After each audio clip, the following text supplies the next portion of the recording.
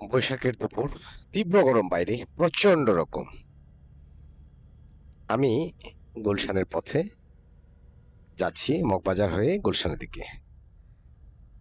প্রচণ্ড রকম রোদ, অস্বাভাবিক রকম গরম, হাঁসফাঁস করছে মানুষ, জীব-জানোয়ার। একটু ফাঁকা রাস্তা অনেকটা, কিছুটা যতটা যানবাহনের চাপ থাকার কথা ততটা নেই। আমি আছি আপনাদের সাথে, একটু দেখানোর চেষ্টা করছি।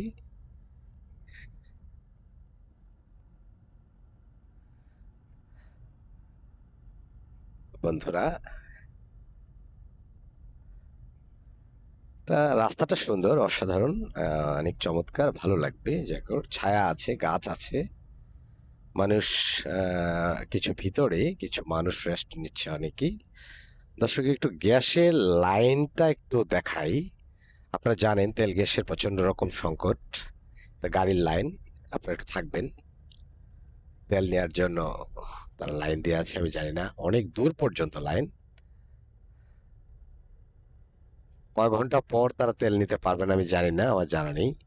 এই তীব্র তাপদাহের মধ্যে গাড়িগুলো দাঁড়ানো আছে। প্রচণ্ড রকম গরমে ড্রাইভাররা গাড়িটা রেখে এখানে আশেপাশে ছায়ায় বা কোনো ঠান্ডা জায়গায় আশ্রয় নিয়েছে। তারা একটু রেস্ট করছে, কারণ যেহেতু দীর্ঘ সময় লাইনে অপেক্ষা করতে হবে ফুয়েলের জন্য। যুদ্ধ পরিস্থিতির কারণে আপনারা জানেন যে আমাদের দেশে প্রচণ্ড রকম জ্বালানি সংকট। শুধু আমাদের দেশে নয়, বাইরের অনেক দেশগুলোতেও প্রচণ্ড রকম সংকট। তেল তেল পাচ্ছে না লোকজন। যাচ্ছি গুলশানের দিকে।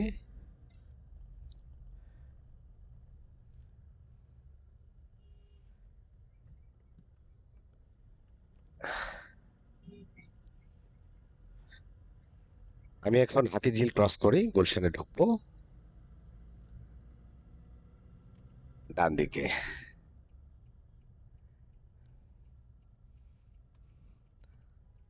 হাতিরঝিল ব্যবস্থাপনা ভবনের সামনে এখন আমি যাচ্ছি পুলিশ প্লাজার দিকে।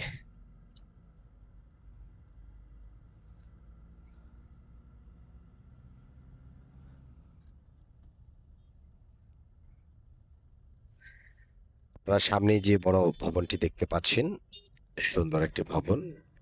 এটি হাতিরঝিলের একদম কর্নারে অবস্থিত পুলিশ প্লাজা। পুলিশ প্লাজা নামে পরিচিত, সবাই এটাকে মোটামুটি চেনেন।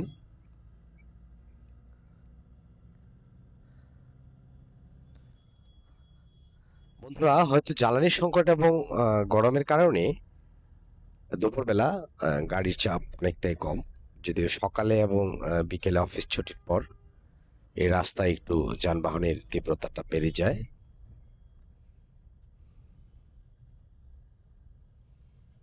প্রচণ্ড রোদ।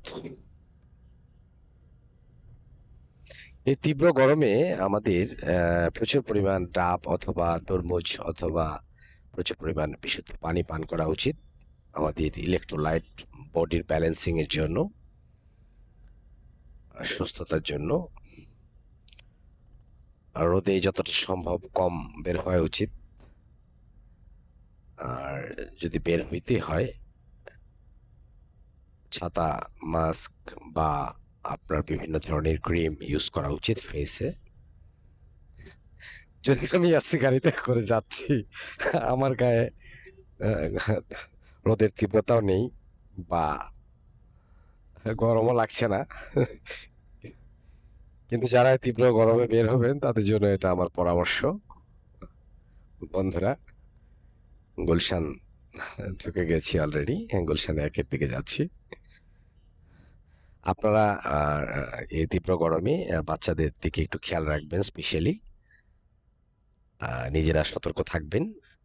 সুষম খাবার, যেগুলো সহজে হজম হয়, আমাদের পানিযুক্ত খাবারগুলো আপনারা খাবেন। আপনাদের বাচ্চাদের রোদে বের হওয়া থেকে অনেকটা বিরত রাখবেন, যাতে প্রচণ্ড গরম না লাগে। বিশেষ করে ছোট বাচ্চাদের জন্য এটা একটা তীব্র সমস্যা। ঠান্ডা, জ্বর, কাশি নানান রকম জটিলতা দেখা দেয়। আমরা নিজেরাও সুস্থ থাকার জন্য স্বাস্থ্যবিধিগুলো মেনে চলবো। যতটা সম্ভব আল্ট্রাভায়োলেট থেকে দূরে থাকবো, সূর্যের তীব্র তাপদাহ থেকে। আপনারা সবাই ভালো থাকবেন, সুন্দর থাকবেন, সুস্থ থাকবেন। সবার জন্য শুভকামনা। আল্লাহ হাফেজ।